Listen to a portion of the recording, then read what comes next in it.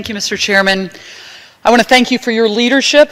I want to thank the members who have come before us today to speak about their experiences, like my colleague who suffered from a horrific act of gun violence last year.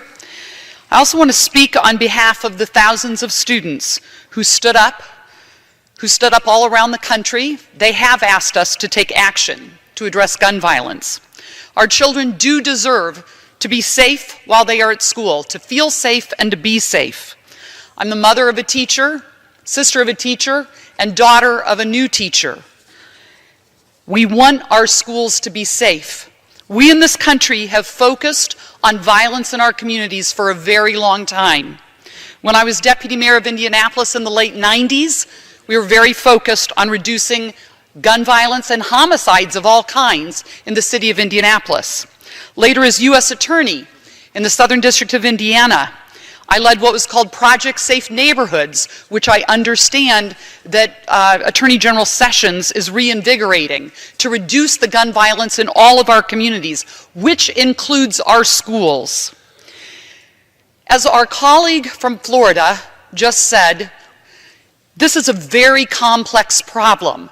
This is something that we have been paying attention to for many years, and in fact, decades. It's going to take complex solutions, but this bill is a very important part of the solution. In fact, last year, my colleagues on Energy and Commerce worked to enact 21st Century Cures, which included a number of mental health provisions. And one of those reforms ensured that state and local governments can use grant funding from the Department of Justice to develop and operate school-based mental health crisis intervention teams. And today, we will reauthorize that Department of Justice program for another 10 years with this bill. And I read this morning in the Indianapolis Star the new movement about walk up, not just walk out. And it is important for students and everybody to walk up to those people that they have concerns about in their schools, or those people who are lonely, and those people who need help, or who just need a friend. The Stop School Violence Act authorizes $75 million in annual funding to support increased security and training and increase the use of anonymous reporting systems. In one school in my district, over 100 tips were sent into that school system with the anonymous reporting on the night of the Parkland shooting. And teachers worked around the clock on shifts all night to run down all of those tips. And that is what is critically important, that people continue to report and that law enforcement working with school officials continue to investigate.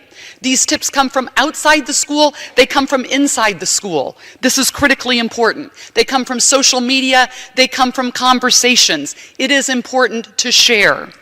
And this bill increases the amount of funding that can go to schools for anonymous reporting systems. That's just one of the things it does. This bill will add more resources. It's not enough.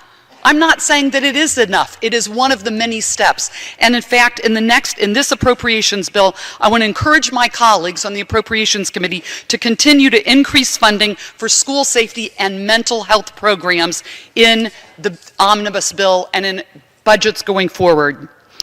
We know this bill is one important step, and I want to applaud one of my colleagues, Sheriff Rutherford, a member from Florida. He and another member from Florida introduced this bill 1 week before the shooting. They, along with many colleagues, have focused on school security for many years.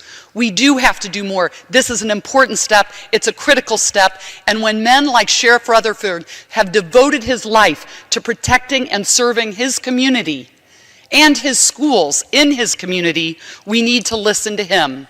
This is a very important step. I urge my colleagues to vote yes. We will not stop. We have heard the young people, we have heard their families, and we're going to continue to listen, and we will continue to fight for safety in schools in our